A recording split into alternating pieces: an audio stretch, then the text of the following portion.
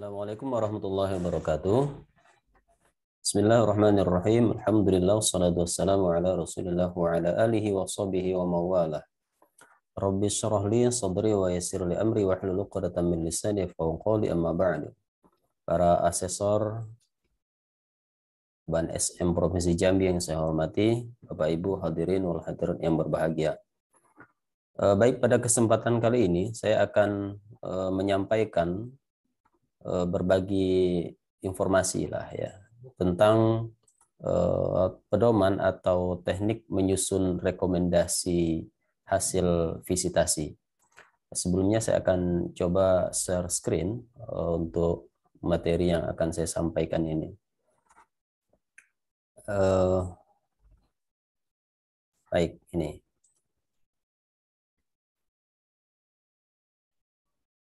Oke ya, cukup jelas ya. Di sini memang tertulis untuk materi kita ini adalah pembekalan asesor sebelum visitasi. Karena memang visitasi itu sebelum melaksanakan visitasi, para asesor perlu dibekali hal-hal yang berhubungan dengan penyusunan rekomendasi ya, penyusunan rekomendasi visitasi ini. Saya akan perbesar untuk slide-nya supaya nampak lebih jelas ya.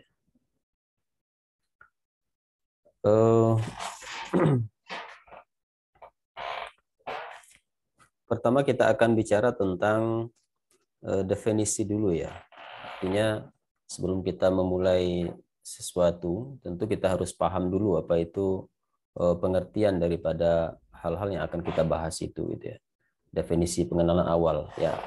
Rekomendasi, apa itu rekomendasi? Jadi rekomendasi itu kesimpulan secara umum ya, yang ditujukan kepada para pemangku kepentingan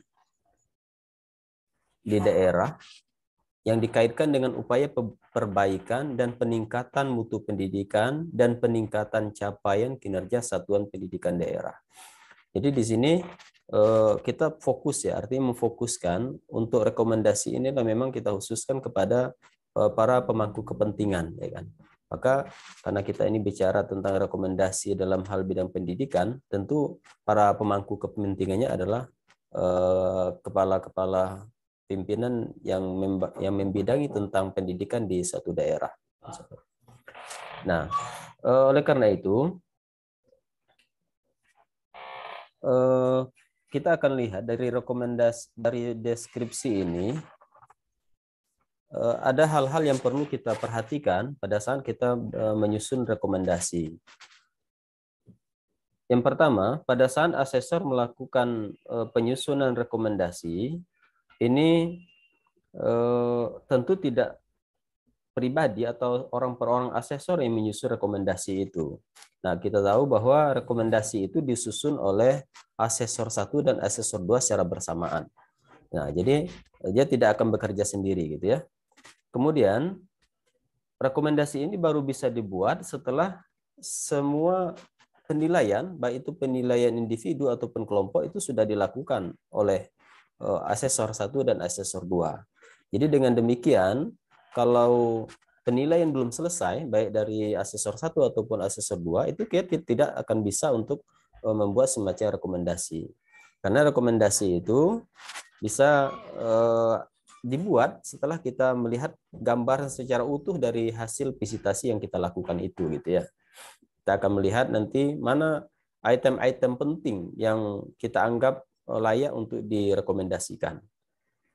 Intinya begini, rekomendasi itu adalah semacam tadi dikatakan sebenarnya banyak pendapat ya. Rekomendasi itu bisa diartikan sebagai masukan, saran ya kan untuk perbaikan peningkatan intinya gitu. Maka pada saat asesor melakukan penilaian,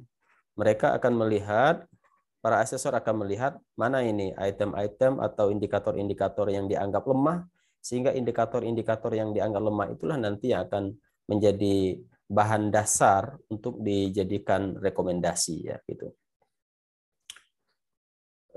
Pada kesempatan ini ya, sebenarnya untuk asesor kita sudah mulai ya untuk menerapkan sistem rekomendasi itu dengan sistem analisis secara cross-cutting ya, atau lintas sektoral. Artinya ini antar komponen untuk menemukan sumber masalah. Jadi nanti ini bisa dilakukan oleh asesor, baik itu asesor 1 dan asesor 2 secara bersama-sama ya. Jadi maksudnya lintas sektoral itu misalnya ada pada item komponen mutu lulusan yang rendah. Ini kenapa yang rendah? Misalnya pada butir item instrumen 2 itu rendah, nanti kita lihat dengan butir di komponen yang mana yang ada hubungannya sehingga di situ kita menemukan permasalahannya. Maka di antara itu ada apa namanya lintas sektoral itu masih di antara 4 komponen itu, baik itu lulusan, proses, mutu guru, mutu lulusan, kemudian mutu guru dan proses serta komponen apa namanya itu komponen manajemen sekolah itu dapat kita cross ya, kita cross cutting sehingga kita akan menemukan sumber masalahnya di situ. Nah, dengan demikian bisa nanti akan mudah bagi asesor untuk membuat rekomendasinya gitu ya. Nah, pada dasarnya memang rekomendasi itu dibuat utuh untuk sekolah. Namun jika ada problem khusus pada komponen atau subkomponen, itu harus dibuat rekomendasi khusus. Jadi memang kadang satu apa namanya ya, satu indikator atau satu item instrumen itu kadang tidak semuanya yang menjadi masalah di satu sekolah itu. Artinya akan kita cek ya kan mana aspek-aspek mana yang di sekolah itu yang bisa yang kurang, yang maksudnya masih rendah, belum mencapai standar. Artinya kita tidak apa namanya merekomendasikan itu, kita melihat betul masalah mana nanti yang akan menjadi problemnya gitu. Sehingga mengena betul ya, mengena betul mana yang nanti yang menjadi permasalahannya itu. Namun pada dasarnya memang secara umum gitu ya. Nah, itu. Nah, sesuai ketentuan, memang rekomendasi itu dibuat minimal 200 kata untuk per komponen gitu ya. Nanti pada saat asesor 1 dan 2 mengisi rekomendasi, dia akan melihat itu ketikan rekomendasi itu minimal 200 kata. Ya, supaya betul-betul lah dibuat, jangan hanya sekadar memenuhi 200 kata. Ada di situ intinya penekanan apa yang harus ditingkatkan. Ya, yang harus ditingkatkan itu tentu kita melihat dari aspek-aspek mana yang kita anggap kurang dari semua instrumen-instrumen yang sudah kita gali data ya, penggalian data pada saat kita melakukan visitasi itu. Ya, rekomendasi itu dibuat hanya per komponen. Artinya tidak banyak ya, hanya 4 komponen berarti hanya ada 4 rekomendasi ya gitu. Tapi satu komponennya minimal 200 kata. Nah, ini rekomendasi yang baik. Saya rasa ini juga harus bisa paham oleh asesor 1 dan 2 ya, karena rekomendasi itu dibuat secara bersama-sama. Rekomendasi itu pada dasarnya harus dapat dilaksanakan dengan kondisi sekolah madrasah saat itu. Jadi kita jangan terlalu muluk-muluk tinggi-tinggi ya kan, sehingga tidak bisa dilaksanakan. Tidak menimbulkan masalah di kemudian hari. Ini kadang kita salah memberikan apa namanya rekomendasi, sehingga begitu dibuat rekomendasi itu menjadi masalah di kemudian hari gitu ya. Efektif dan efisien, ya mudah saja, yang hemat waktu dan hemat tenaga sehingga mudah untuk dilakukan oleh pihak sekolah. Nah, ini jelas intinya rekomendasi itu dapat mengatasi masalah yang terjadi gitu ya. Nah, nanti akan saya contohkan di mana nanti misalnya yang bisa kita berikan apa namanya rekomendasi yang baik ya untuk sekolah itu. Artinya tidak semuanya harus kita rekomendasikan. Nanti ada hal-hal yang mana yang kurang, kita anggap lemah, itu yang harus kita rekomendasikan. Sehingga jelas pihak sekolah itu tahu, oh ternyata kekurangan kita itu dari aspek ini loh, nah, gitu ya. Ya, ini secara umum bahwa rekomendasi itu pada dasarnya memang gampang-gampang sulit lah ya, tidak mudah dan barangkali juga tidak terasa sulit asalkan kita betul-betul mau membuatnya dengan serius gitu. Memang betul hanya asesor profesional yang dapat membuat rekomendasi yang baik. Jadi kenapa ini diperlukan? Karena asesor yang paham betul ya dengan sekolah madrasah yang divisitasinya itu, dia akan menemukan faktor yang punya daya ungkit yang tinggi. Maka asesor yang punya daya ungkit yang tinggi itu dia akan tahu, oh ternyata ini aspek ini sekolah atau madrasah ini yang kurang gitu. Ya tidak sulit, tidak pula begitu apa namanya ya sulit, tidak sulit menemukannya kalau dia memang punya daya ungkit yang tinggi gitu. Kemudian dapat berpikir organisasi sebagai sebuah sistem. Maka dikatakan sebuah sistem ya. Sistem itu kan gabungan dari berbagai komponen untuk mencapai tujuan gitu. Nah, sekolah itu pada dasarnya adalah sebuah sistem. Nah, kalau kita lihat ini gambar apa namanya? Gambar gear lah ini ya. Seperti kalau di motor itu ada gearnya yang saling memutar ya itu. Nah, dikatakan sekolah itu saling apa namanya sebuah sistem. Nah, sistem ini kan terdiri daripada subsistem. Nah, jika salah satu daripada sub atau subsistem ini macet, ya kan, nah, maka tentu yang lain akan berimbas atau berakibat daripada macet salah satu subsistem ini. Nah, asesor yang paham bahwa organisasi sekolah itu sebuah sistem, dia akan menemukan mana ini aspek-aspek mana yang menjadi masalah di satu lembaga pendidikan itu. Nah, gitu. Maka dikatakan organisasi itu adalah sebuah sistem. Sistem itu adalah gabungan dari berbagai macam komponen atau subkomponen untuk mencapai tujuan. Jadi semuanya itu bergerak gitu. Nah, ya. Jadi jika asesor ingin menentukan mana nih yang harus direkomendasikan, dia harus tahu dulu sub-sub atau aspek-aspek mana yang menjadi masalah. Nah, kalau kita ibaratkan tiga gear ini salah satu saja yang macet, maka yang lain akan berimbas, ya kan? Maka kita harus betul-betul memiliki daya ungkit tadi intinya. Oh, ternyata di sini permasalahannya. Kemudian juga tidak sekedar berpikir linear, tetapi menemukan faktor kunci di balik simptom atau gejala yang tampak itu ya. Jadi ini apa namanya? Tidak hanya lurus saja kita berpikir ya, tapi juga harus ada faktor-faktor kunci yang menjadi permasalahan sehingga kita bisa membuat rekomendasi tersebut sesuai dengan permasalahan yang sedang dihadapi oleh sebuah lembaga pendidikan yang divisitasi itu gitu. Nah, ini kita lihat sebagai contoh ini misalnya ya. Kita lihat gambar di sebelah itu gambar anak-anak sekolah yang belajar di sebuah bangunan sekolah ya kan. Itu kan apa namanya bangunannya terlihat itu ya. Ada yang seperti gubuk itu biasa saja ya kan. Ada yang belajar di teras ya kan. Nah, ini kan bentuk memanfaatkan lingkungan sekolah untuk mengatasi kekurangan ya kan. Kekurangan sarana. Barangkali ini bisa langsung ya kan, bisa langsung dimanfaatkan. Atau bisa mungkin ada puskesmas yang kosong, itu bisa dimanfaatkan ya kan. Itu barangkali langkah cepat ya kan. Di samping kalau mau kita usulkan misalnya rekomendasinya pengadaan ya kan. Pengadaan itu ya mungkin memakan waktu setahun 2 tahun atau tidak cepat gitu ya. Mungkin yang dibutuhkan oleh sekolah itu adalah langkah cepat dan tepat sehingga proses pembelajaran itu tetap jalan gitu. Nah, bisa juga direkomendasikan begitu mengajak orang tua, tenaga kesehatan, perangkat desa, membantu guru untuk topik tertentu. Ini saat sekolah kekurangan guru gitu ya.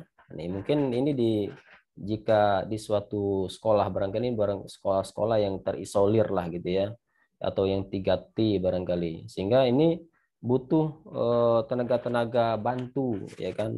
Karena kadang sekolah yang terisolir itu gurunya hanya 1 orang atau 2 orang, sementara siswanya banyak ya kan, sehingga kewalahan guru yang 1 orang tersebut gitu.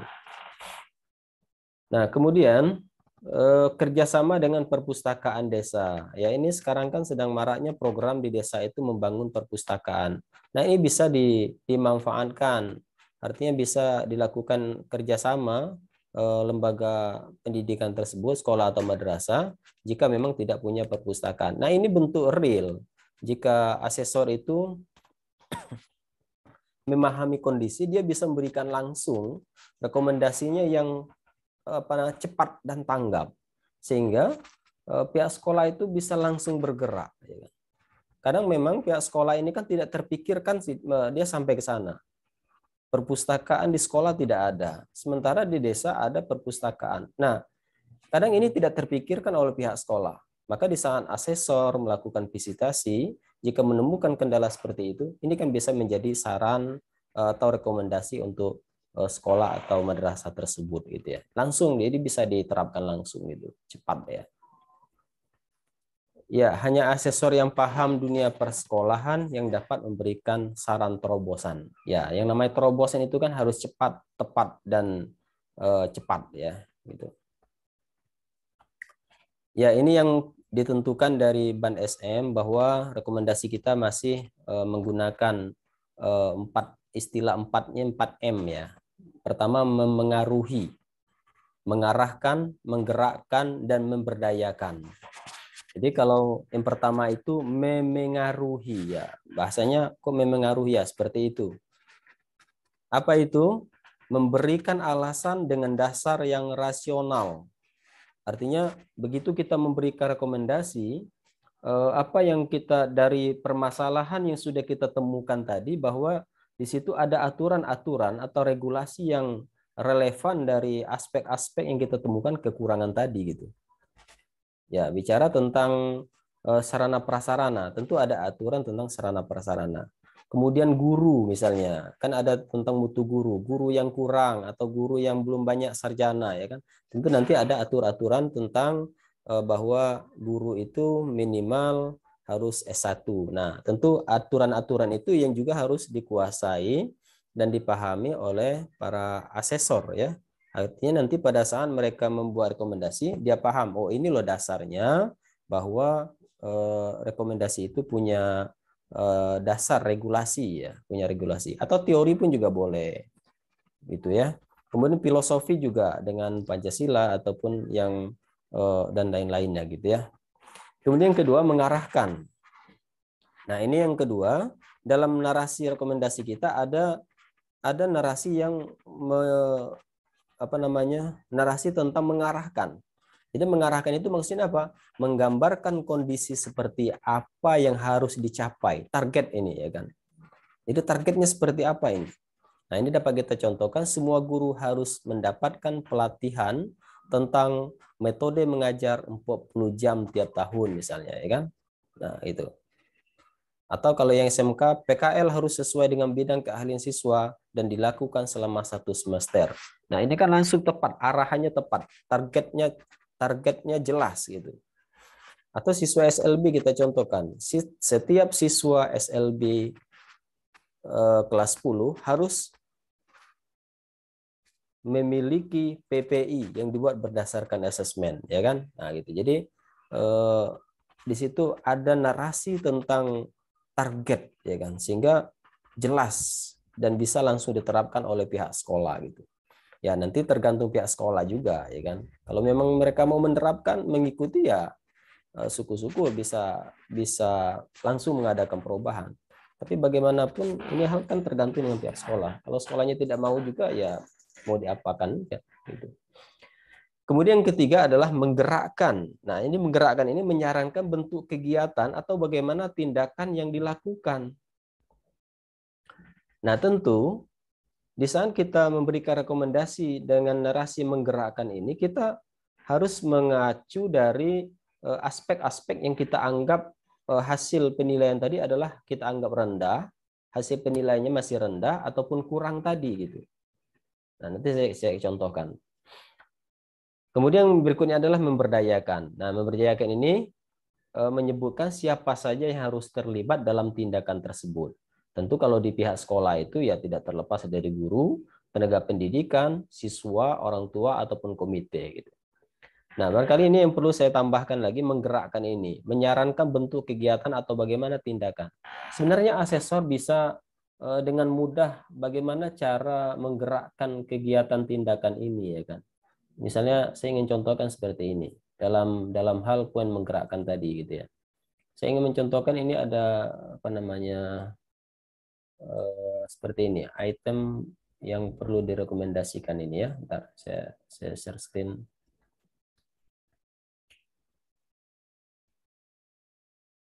Ini lagi sedang proses ya. Oke. Nah ini. Karena menggerakkan tadi adalah menyarankan bentuk kegiatan atau bagaimana tindakan itu dilakukan.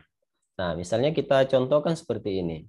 Pada aspek tabel kerja 19, kita melihat di sini misalnya penyusunan RPP yang memfasilitasi siswa aktif dan kreatif, inovatif, efektif, dan menyenangkan. Nah, ini kita kita dari hasil telaah kita, ternyata guru ya, RPP-nya itu belum memenuhi standar seperti yang sudah ditetapkan. Mungkin di dalam RPP itu penggunaan metode yang mungkin hanya monoton, belum bervariasi ya kan gitu. Kemudian juga mungkin guru hanya sebatas menggunakan media konvensional saja, belum pernah menggunakan PPT, video atau media-media tiru lainnya sehingga mudah siswa itu untuk memahami materinya, belum menggunakan itu. Nah, dari sekian beberapa aspek ini kan ada aspek-aspek beberapa aspek ini ya, ada beberapa aspek ini. Nah, ini bisa menjadi bahan rekomendasi dalam hal untuk menggerakkan tadi. Jadi kegiatannya apa? Kalau memang ditemukan bahwa RPP-nya itu apa namanya bahwa guru belum menggunakan metode bervariasi, berarti kan asesor tinggal menggerakkan ini saja gitu. Ya, meningkatkan apa namanya itu memperbaiki RPP-nya ya kan supaya metode itu lebih banyak variasinya gitu. Tidak cukup mengajar itu dengan satu metode saja ya kan. Bisa ada tanya jawab ya kan atau diskusi dan lain-lain sebagainya. Yang jelas dari aspek inilah yang bisa menjadi dasar kita untuk merekomendasikan itu. Jadi yang menggerakkan itu adalah menyarankan bentuk kegiatan atau bagaimana tindakannya itu dari aspek-aspek yang kita anggap lemah. Saya yakin tidak semua aspek ini yang lemah ya, tidak lemah atau kurang. Tentu mungkin dari misalnya instrumen item butir 19 ini mungkin aspek yang B yang kurang. Berarti nanti asesor hanya fokus pada poin B ini saja begitu ya. Jangan secara umum, menurut saya kalau secara umum nanti malah tidak tertuju kepada yang jadi aspek permasalahannya gitu. Nah, ini juga termasuk ini ya. Misalnya begini, ini pemanfaatan TIK untuk mendukung pembelajaran ya kan. Nah, seperti ini. Memang di sini kan misalnya kalau di sekolah itu tidak semua pemanfaatan internet sebagai media pembelajaran. Apalagi kalau di daerah yang jauh dari internet ya kan. Ya ini asesor yang harus jeli untuk memberikan saran menggerakkannya itu seperti apa ini nanti di sini ya kan gitu. Apakah nanti anak dia ajak studi kunjungan ya kan ke tempat yang apa namanya labor komputer atau ya terserahlah bagaimana nanti sehingga anak itu bisa kenal internet gitu ya. Ya, untung-untung memang mudah-mudahan di satu lembaga sekolah atau madrasah itu memang ada internetnya gitu sehingga mungkin pemanfaatannya saja yang belum ya artinya dengan demikian kita hanya menerasikan agar lebih ditingkatkan pemanfaatannya ya kan. Nah, ini tentu kalau orang memanfaatkan alat itu kan biasanya di sekolah itu jelas ya kan. Ada catatannya, tercatat berapa kali, berapa pengunjungnya ya kan. Nah, seperti itu. Berapa kapasitasnya gitu ya, dan lain-lain sebagainya. Nah, ini juga misalnya kalau dicontohkan seperti ini. Guru melakukan evaluasi diri, refleksi, dan mengembangkan kompetensi untuk perbaikan kinerja secara berkala. Nah, dari sini kan kita tidak mungkin ini semua ini mungkin tidak mungkin yang hanya menjadi aspek yang rendah atau yang perlu disarankan itu hanya aspek yang nomor 3 mungkin ya kan, perbaikan kinerja, mutu pembelajaran. Aspek yang lain mungkin sudah bagus, gitu. Mungkin saja gitu. Ataupun mungkin juga semuanya. Berarti yang menjadi masalah adalah semua aspek ini. Maka untuk poin M menggerakkan ya, M yang menggerakkan ini itu kita ambillah dari aspek-aspek yang kita anggap yang belum sesuai target atau yang masih rendah, gitu, yang masih rendah. Ini menjadi dasar kita untuk membuat sebuah rekomendasi, yang rekomendasi tadi yang arahannya adalah dengan 4M ini tadi, ya, gitu. Nah, terus apakah rekomendasi ini harus berurutan, ya kan, dari 4M ini, gitu ya. Misalnya narasi pertamanya apakah harus memengaruhi, kemudian narasi kedua mengarahkan, narasi ketiga menggerakkan dan memberdayakan. Oh, tidak mesti ya. Artinya tidak mesti harus apa namanya? Harus berurutan narasi M4M-nya itu. Boleh saja nanti barangkali mengarahkan dulu, apa namanya, mengarahkan atau memberdayakan, ya, nanti boleh saja. Yang penting dari 4M ini itu ada dinarasikan dari 4M ini. Yang paling pokok itu sebenarnya di sinilah, menggerakkan apa yang menjadi yang digerakkan itu, ya. Kemudian siapa yang menggerakkannya, kemudian targetnya seperti apa, baru didukung dengan aturan-aturan, gitu ya. Ya, ini kita contohkan, ya. Ini ada contoh yang barangkali bisa dijadikan salah satu contoh, ya, untuk kita membuat rekomendasi. Nah, ini kan dimulai dari memberdayakan. Kepada pihak sekolah diharapkan agar melibatkan guru dan pengawas. Nah, dalam apa? Menggerakkan. Dan di sini barangkali dalam hal RPP tadi, ya, menyusun RPP secara aktif, kreatif, ya kan, dan seterusnya. Dan narasi ini sebenarnya kalau seperti ini kan hanya copy paste saja nih, ya kan. Kita tidak boleh, tidak, sebaiknya tidak copy paste, ya kan, tidak copy paste, ya. Artinya kita melihatlah apa item-item atau aspek-aspek yang paling kita anggap rendah di sini. Barangkali di sini ada menggunakan model, berarti modelnya tidak perlu kita masukkan di sini. Ada hal-hal yang belum atau yang masih rendah atau yang masih kurang, itu yang perlu kita masukkan dalam narasi rekomendasinya, gitu ya. Nah, ini banyak memang ini, karena menggerakkan itu, narasi menggerakkan itu banyak dia, ya. Karena memang disinilah kunci kegiatan yang perlu digerakkan itu, ya kan. Apa kegiatan yang perlu digerakkan sehingga itu menimbulkan terobosan perubahan dari hal-hal yang dianggap rendah tadi, gitu.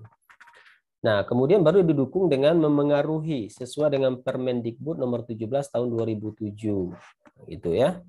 Ini boleh secara umum seperti ini, atau boleh nanti jika ada pasal atau apa namanya, ya, bagian-bagian aturan yang secara langsung berhubungan dengan masalah yang sedang dibuat rekomendasinya ini. Nah, baru terakhir mengarahkan, ya, 4 kewajiban guru apa. Nah, itu, ya.